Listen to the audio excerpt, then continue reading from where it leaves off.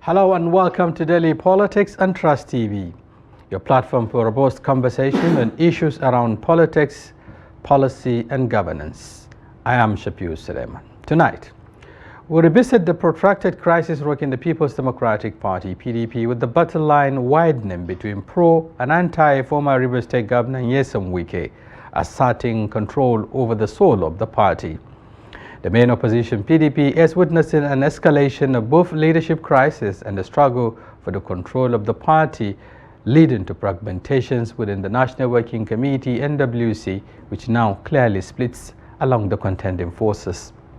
While decisions of the PDP Governors Forum, its Board of Trustees, and a faction of the NWC, led by the National Publicity Secretary Debo Ologunaba, throw their weight behind an appeal court recognized National Secretary of the party, Sunday Ude Okoye, and a battle with the Wike camp backed Senator Samuel Anyanwu. The acting National Chairman of the party, Ambassador Elia Damagun, is leading a pushback. To help us contextualize the issues is a former SSA to former Vice President Namadi Sambo, who is also a PDP chieftain, Umar Sani, popularly known as the Card. He will be joining us virtually from Kaduna.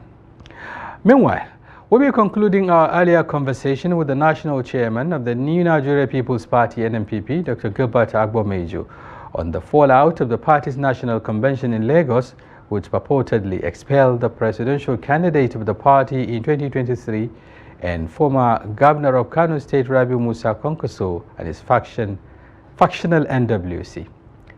Thank you for joining the conversation again. Yesterday we couldn't conclude as a result of time factor, so we hope to round up today.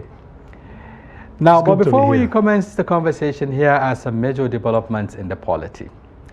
The National Security Advisor Nuhu Ribadu has slammed the Canadian government over its decision to deny visas to Nigeria's Chief of Defense Staff General Christopher Musa and other top military officers.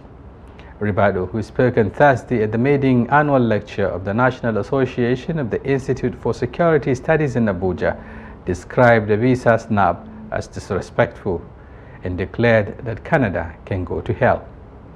His reaction came after General Musa narrated how he and some senior military officers were denied entry into Canada for an official engagement. The CDS explained that the delegation had been invited to an event honoring war veterans but was left in limbo after the embassy denied visas to some of its members. And the northern leaders under the Area Consultative Forum ACF have rejected the call by Abdullahi Ganduje, National Chairman of the All Progressives Congress APC, for the North to delay its presidential ambition until 2031 and support President Bola Tinubu re-election bid in 2027. Ganduje had urged northern leaders to rally behind Tinubu, arguing that it was only fair after former President Muhammadu Buhari, a northerner, served 2 terms. However, the ACF has dismissed his statement, asserting that the North cannot be coerced into supporting Tinubu's administration. Professor Tukur Muhammad Baba, National Publicity Secretary of the ACF, criticized Ganduje's remarks, describing them as reflective of the cult-like nature of the presidency, where a total allegiance is suspected. And now, coming back to our conversation, just like I said earlier, we have Gilbert Agbo Major, should I say now, the factional national chairman of the NNPP. Yesterday, we've started a conversation, but we couldn't conclude due to time factor. Once again, thank you for coming. Thank you so much, Shafi, for having me. Yes, I would like to get your comment on these 2 key stories that we read. First, has to do with the NSA slamming Canada, saying that they should go to hell, for disallowing top military chiefs, in Nigeria to visit that country. What do you make up with that statement coming from the NSA? Well, first, your introductory remarks, you did say that you would want to refer to me as a factional chairman. I am not a factional chairman. Isn't that I am the chairman of New Nigeria People's Party, Shafi, for God's sake. Isn't there a faction? No, there is none. There is none. Oh, okay. The party is one, and I am the chairman. Okay. Well, on this issue of what Canada has done to us, yes, it's worrisome. you know. But one thing that continues to strike my mind each time I look at our relationship with other countries is what really is the problem. They don't find it difficult to come into our own country, but when we want to go there, even for genuine reasons, you know, it's always a problem. I wouldn't know exactly what led to this decision because it's just been mentioned at the surface, so I won't be able to say exactly there hasn't been the much premise detail, under which this decision was taken. But what I can say is that for whatever reason, these are, you know, senior government functionaries, you know, trying to go into a country not for any nefarious reason. They are going there properly either for one official stuff or the other, maybe training or exchange of ideas or something like that. And so denying them entry, to me, is not the right thing to do, because we haven't denied them entry into our country for whatever reason. And so it's worrisome. But again, come to think of it, it has to do with this idea that a black man is always a black man, you know. It's the race against color, you know. They continue to make you believe that they are superior while you are inferior.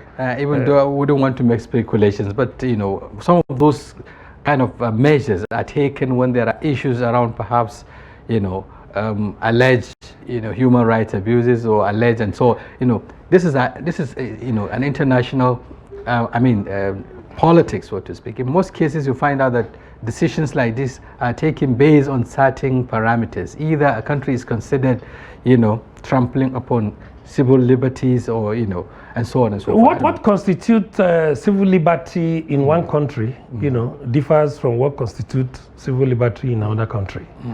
Just like what defines you as a Nigerian and then defines your rights as a Nigerian is different from what defines the right of a Canadian as a Canadian and what defines his rights. So for me, I think civil rights abuses or whatever, what is abusive in the black man's world may not be what is abusive in the white man's world. But like you rightly have said, it's we don't need to speculate. That's because right. As it stands now, we do not know exactly what led to that decision. But I can tell you that whichever way it is, every country has its parameters, you know, in terms of how it relates with its citizens. So I will be disappointed if eventually we get to know along the way that the decision was taken on the premise. So you align with Ribado, who said it is disrespectful, it is unacceptable. It is because we're a sovereign country. They are also a sovereign country. Just the same way they come, is the same way we should also be allowed to go there. There's nothing too special that we're going there to do. It's just to be able to exchange ideas and all of that. And looking at the class of these people who have been denied visas, how do you explain it? These are people that are not illegal immigrants. These are people that are going there officially for one reason or the other. And so the engagement too is a global engagement. You know, it has to do with remembering veterans of war, you know, which is a global event. It's a global thing, you know, and so we have to key into what is globally acceptable. So what has happened there is not right. Okay, let's look at the second issue, you know, talking about 2027 politics now. The national chairman of the APC says that, you know, the North should forget about 2027, you know, should rally around, you know, Tinubu to complete his 8 years, possibly, 4 years and then a renewable 4 years, and so on. It is not the first time. Just recently, the Chief of Staff to the Secretary to the Government of the Federation has also said similar things, talking about former governor of Benue State, that the North should forget, about 2027. No vacancy, kind of. What do you make up with that statement and the reaction coming from ACF? My position has always been that what is most important is the level of deliverables that can be seen when it comes to governance. It does not matter who is there. What matters is what is the impact you know, that is made by those who are there. And I can tell you that having been around for a very long time within the political arena on the field, I know that sometimes most of these statements are politically motivated. You know, they are engineered by certain interests, which most times do not align with national interest. What we're saying, we're talking about stability and governance. We're talking about fairness here. And like somebody rightly said, they've not had 8 years, you know, under the Buhari presidency. Yeah. Remember that before Buhari came, we had a Southerner who was president. Yeah. Of course, I wouldn't know if it was 6 years, if it was 6 years or 8 years. That buttressing the rotational arrangement. Yes, which, for the purpose of fairness. Also saying it's unconstitutional anyway. No, people have the right to aspire. I have never believed in this idea of rotating whatever position, whether be it governorship, be it presidency, be it whatever. Why do I always say that? It's because I know that rotation breeds mediocrity. You could zone to a place where there is nobody there that has what it takes to be able to deliver in that assignment. So what we are saying is, when you have things working well, the right thing to do is to jettison whatever you are saying about rotation, whatever you are saying about zoning, whatever you are saying about all of that. But what we are saying is, what should be paramount in the minds of Nigerians is that how do we hold our leaders accountable so that they can deliver? Right. It does not matter. If you go to advanced democracies, nobody bothers who is there. What is important is, are you feeling the impact of governance? Yeah. In a way, you are keen into what the ACF National Publicity Secretary is saying, that there's no need for any coercion now. Nigerians can decide for themselves. You know, it's about whether you deliver or not. It is Nigerians that will make the final decision. That's exactly what I'm saying. Or not to return. That's the power of democracy. That's right. Allow people to take this decision. Right.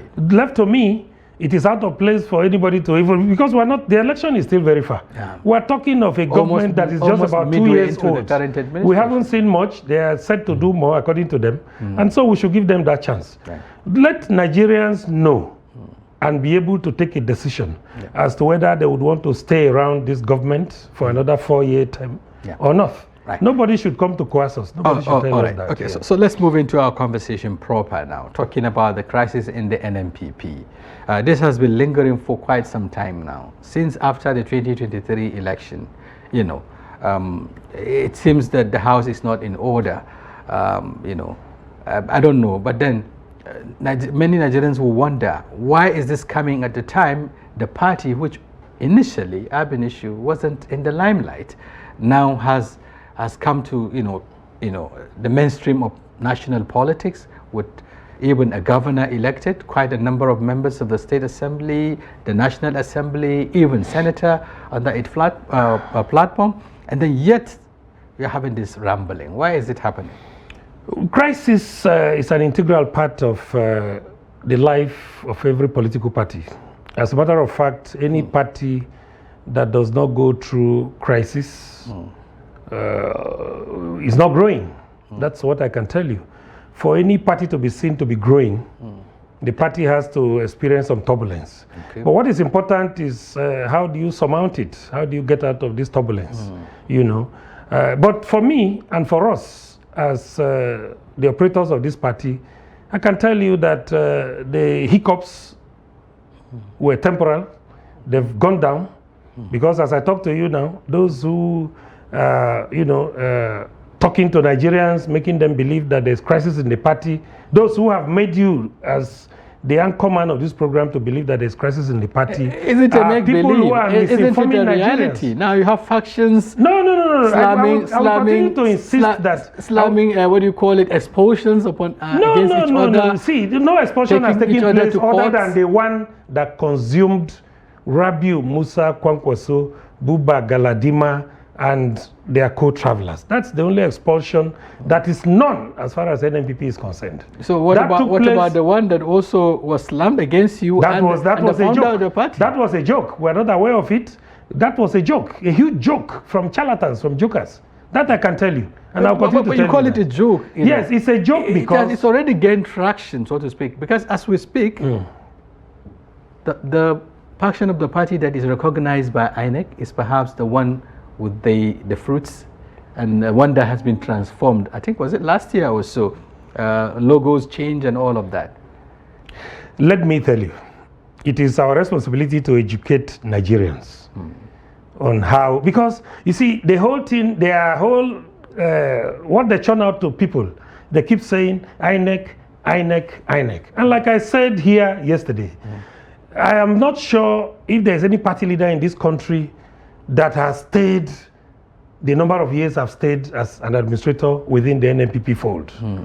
And so I am familiar. Is it because of the peace in the party, or because the party hasn't been vibrant all this while? No, because I took my time. I am one of the founding members of the party, and I also took my time to develop the party, to devote my energy to its development. And so I've reasoned that I stayed in the party for this long since it was registered. It's not to say that I've stayed at a position. You know, I've risen through the ranks. I started as the director of administration at the point at which the party was registered in 2022, December. From there to deputy national secretary for 8 years, national secretary for 8 years, acting chairman at a point until about 2022, when these Kwankwasia people and the TNM came. And we needed to allow space for us to be able to accommodate alignment and realignment. Yeah, exactly. Are welcome. Exactly. So politics. that is the reason why I've stayed. And apart from that, as a person, my personal conviction has always been that this is a party that I know is a product of what I feel democracy represents. You know, consistency, you know, the eagerness to deliver on democratic dividends, and then the need to be steadfast. So I have stood by this party as a founding member. I've stood by it until today. So what I'm trying to let you know is that we have come a long way.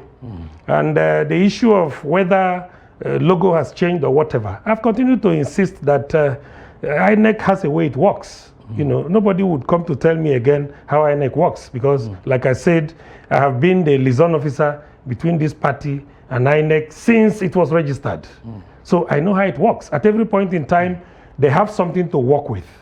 Explain to Nigerians about the genesis of this crisis. You talked about the coming together of the TNM, you know, the Konkosia movement in 2022, for instance, to join forces with you in the party. I understand there was a tripartite MOU that was signed. Part of the decision is taken at the Apapa Convention. The recent Apapa Convention was to terminate that, MOU. Lead Nigerians into what it contains, because it seems, that is the bone of contention. What exactly was the terms? What happened was in 2022, precisely February, we had a series of consultations. We had our final engagement at the country home of the founder of the party and also the founder of the party's mother, which is called National Association of Government Approved Freight Forwarders. NAGAF also. Yeah, NAGAF. We had our final meeting in the country home of the founder in Oka, Umuawulu, precisely the suburb, one of the suburbs of Oka, where we had representing Kwankwaso, we had Buba Galadima as the leader of the team. We had Professor Ben Mangwe, we had Senator Hunkuyi, and a couple of others in an all-night meeting. Now, what were they looking for? They wanted a platform. Having tried some other political parties, the Accord Party, the PRP, NRM. And time was closing. I realized it was very close to the election. Also. Yes, and they were turned down. So Dr. Boniface Anebunam, in his usual style, in his usual humane style, gave them the opportunity to sit down with us and discuss with us. When they came, we had very serious meeting, and it was agreed that, okay, party is about people. There wasn't any reason why we were going to shut them out, as people who were looking for platform to be able to field, and candidates who having been turned down by other political parties. We now said, okay, we could allow you come in. Now, what were the difficulties? The difficulties were that the INEC guidelines leading to the election were already in operation. So we needed to fast track whatever we were going to do with them. On the strength of that, we said, okay, we can agree on a temporal arrangement on what we can do. But then, since there is no time to fathom out, a properly sketched proper merger or exactly. What we needed to do was to have something on paper to at least guide our operations and then the marriage. And that after the election, we would come back to terminate it or to review it and see if it was still working. If it was no longer working, then will now take a decision on whether to terminate it or not. Now, that MOU was a gentleman MOU, a tripartite MOU signed between the party, the TNM, and the Kwankwasia group. We later got to know... Are they separate groups? Yes. Or they came together? But yeah, we later got to know that the TNM and the Kwankwasia group had Senator Kwankwaso as their leaders. I mean, that's their leader. Well, the TNM fizzled out because it's a collection of very serious-minded Nigerians. I don't want to mention names on air, but when I say serious-minded Nigerians, I'm talking about serious people who know their onions and know what they want. It fizzled out shortly after that MOU was signed. Aren't they the same people you mentioned earlier? The likes of Hunkui? Yes. Actually, Hunkui and Professor Angwe came through the TNM. At that point, we couldn't even see any visible leader from the Kwankwasia group that one could point at and say, this is a Nigerian whose name is known. So they relied more on the weight of the members of the TNM. And because of the credentials of people like Professor Angwe, Senator Hunkui, and the rest of them, we obliged them that. We later discovered, of course, that the two organizations are one and the same. We signed a tripartite MOU, a very sketchy MOU. The crux of that MOU is that this is hastily done, and that after the election we come back. Was there a timeline? Because you are saying that part of the agreement was that you need to revisit the MOU after the election. After the election. See whether it is working, whether the marriage is working or not. Yes, it had a timeline. The timeline is that after the election we're returning to it. Okay, what was the timeline? How many months have you given us? No, we had that meeting in February 2022. We were to return after about a year and 2 months, because the election was to run for between February up to March. So the whole arrangement was that, okay, we would come back to review it around April or so. But the crisis started sooner than expected. No, that's not correct. The crisis started in June, July of 2023, immediately after the election. But then, that is not to say that we were not seeing the crisis showing signs that it was coming. We noticed it even before the election. What were the signs? The overbearing attitudes of Kwankwaso. This thinking that he is everything and that every other person has to come and take instructions from him. That's not democracy. But the same accusation. The same accusation against the founder, Dr. Nebunam, because what they said was the reason behind the expulsion, was that it's also overbearing. He believes it's the one man that will have to, everything's the buck stop on his table. What they see, he reverses decisions of the NWC. He reverses decisions. Did they tell you specifically what decisions of the NWC that were reversed? I am the one to tell you that. Right. Because they come on air here and they say all sorts of things to Nigerians just to be able to whip up sentiments for themselves. If you want me to give you a direct answer to that, what was it that Dr. Nebunan did that was an indice, that showed that he is, or rather was overbearing? Now, what happened? After the election, they set up a disciplinary committee. I was a member of the disciplinary committee. We sat down to decide on what was going to be the modus operandi of the committee. Strangely, they said that there were petitions against certain state chairmen that did certain things that were not in the interest of the party. Anti-party activities. I will come to their own anti-party activities that they tried to close down. What are those anti-party activities? But you are a media man. You saw all that Kwankwaso was doing everywhere. What was he doing? He was running from one presidential candidate to the other. To do what, for instance? To decide, to take decisions on what to be done, what he wanted to do with the party. At what level? Is it after the election or before the election? But this is a very serious allegation. Do you have? It's not an allegation. Do you have evidence to substantiate this? I have the clips. Yes.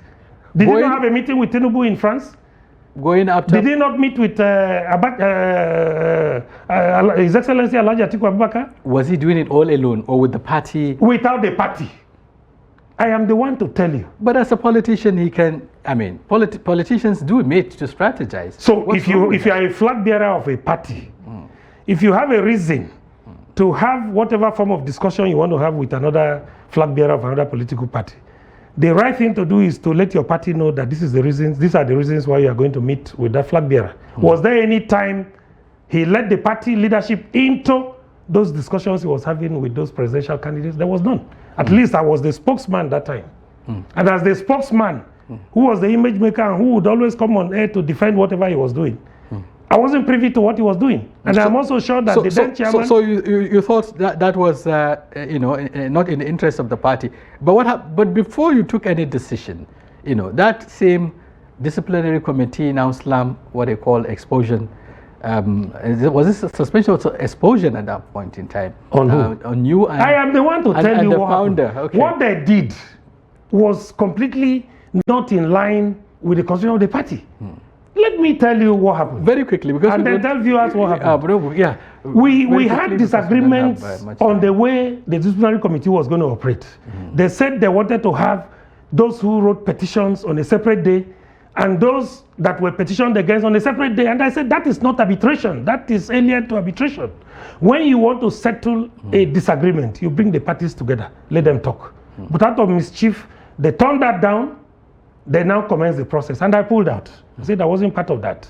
Okay, it wasn't that you are suspended or you are... Listen to me, I'm going there now. Now, the day they adopted the decisions they took, after listening to all the parties, the so-called whatever, the day they took the decision, and those chairmen, about 9 chairmen were asked, and clearly when we looked at it, the 9 chairmen that were asked were chairmen that had their root from the original NNPP. The agenda was to weed out the original NNPP. Okay. There were obvious lapses on the part of the state chairman that came with them, the Kwankwasia group and the TNM, across the states. And what happened? But nobody bothered about that. Their target were the real NNPP but chairman. all of this... Now, when this chairman ran to Lagos to complain to the founder of the party and the BOT chairman, Daddy, look at what has happened to us. No fair hearing. These people did not listen to us. They wrote fictitious petitions against us. And instead of bringing us together with those who wrote these petitions or purportedly wrote these petitions, they didn't do that. They invited us on separate days. Is that fair enough? We will not accept this. At that point, the founder of the party, that is what they call overbearing. The founder of the party and the BOT chairman nullify those decisions. He didn't just nullify it. First he put calls across to Kwankwaso and said, why are you doing this? But is that the right thing to do? Perhaps you know, it is only another NWC that can address such concern, not just a one man, for instance, the chief himself. He is the chairman of the BOT, for God's sake. But it is not, the party does not belong to one person, so to speak. It belongs to... When you have urgent issues like that to treat, members of the party. As the chairman of the party, for instance, now, is it every urgent issue that I will have to call the NWC to come and take a decision on? Well, okay. I have the right to take a decision on behalf of the NWC and explain to them. That was exactly what Dr. Anebunan did. He didn't just take that decision. First, he picked up his phone, he called Kwankwaso. Kwankwaso was blabbing on phone. He picked up his call, he called Professor, the then chairman. Alkali. Why did Alkali leave? Alkali left because Kwankwaso was unnecessarily overbearing. Well, that's he didn't say that, actually. The one saying Will he tell you that? Well, okay. As an insider, I'm telling you what happened. Okay. So let me finish. Okay, let me conclude by telling you. Let me conclude by telling you that it was when Dr. Anebunan stood up to say no. This is not the right thing to do. You know, my children have come, they have complained to me. Can we sit down and discuss this? He invited Kwankwaso.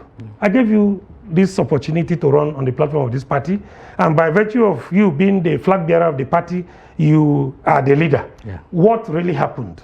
And Kwankwaso just called it bluffs with him and said, to hell with him or something like that. Okay. And the man got angry and said, this is not the right thing. That was the beginning of the crisis. And when they wanted to take on him, they now said that, okay, what they would do finally is to take off all the people that were remaining from the old NNPP, except Dikpa Olayoko, who sold out to them. Okay. So at what point, the scenario you are painting is a scenario of you having a visitor, you know, you allow him to come into your living room and then subsequently wants to take over the bedroom. Where were you all this is happening? Is it because you have not been active as, you know, key members of the party or the founders of the party, or is it because of the influence they have? Because some say they are coming to the party, gave it the limelight, and that's why they would have to take over because they have the people. Isn't that the position? That's not entirely correct. Okay. I will also not completely say that they didn't add value when they came. Of course, we later discovered that the value they added became nuisance value. Yes, they came in, they added value. Party is about people. They brought in people and they added value. And today we're able to have a governor. We're also able to have some senators, some House of Reps members, State Assembly members, and all of that. The truth is that we thought that we needed to allow him operate freely, to be able to deliver on the expectations of the party. But when we noticed that what he was doing was not right, that was when we rose up against him. And we were quick to recover from the position that what we were thinking he was isn't exactly what he is. Yeah. And that was what aided him, that suspension and later expulsion. You won't believe that when we invited him, he refused to come. Is there any individual that is above any party and its constitution? He refused to come. That ended him suspension, later expulsion. The truth about it is that they are not members of our party. You need to be a member of an organization before you can say the founder of that organization is expelled or suspended. They are not members, and they were able to take part in elections and all of that. Okay, lastly, let me know whether there is any room for reconciliation. Now, going forward, 2027 is by the corner. As a politician, it won't be right for me to say that we are rigid, but I'm telling you that we have learned our lessons the hard way from Kwankwaso and Buba Galadima. So we can talk with any other person, but certainly not with Kwankwaso and Buba Galadima. As it stands now, the status quo is that they are not members of our party. I don't even know under what condition they would want to come and talk to us. But those who are still members of the party, like the Kano state governor is just under suspension. He hasn't been expelled from the party. In any moment from now, there will be another pronouncement. He has an opportunity to talk to us. Any other person, all the senators. Are you also considering expelling him? But Kwankwaso and Buba Galadima are gone with the lights of Dr. Ajiji. If they are gone, who else will remain with the party now? Because they brought the people, so to speak. No, don't say that. Was a party that existed for 22 years before they came. All right. But you also admit the fact that they've added huge value. But that is not to say that there was no value before they came. All right. Thank you very much, Gilbert Agbo Major, for giving us your perspective on this crisis, lingering crisis in the New Nigeria People's Party, the NNPP. Thank you very much for coming once again. We appreciate your patience also. The fact that yesterday you can see the logo of my party. We couldn't know. Yeah, you were going to pay for that. We're not here to advertise your party anyway. It's just their and viewers, it has nothing to do with us. We have to take a short break here, but we return. We'll also go into another crisis of another main political party, major opposition party in Nigeria, talking about the PDP. We'll be engaging with one of the chieftains who will be joining us from Kaduna. Stay with us. We'll be back shortly.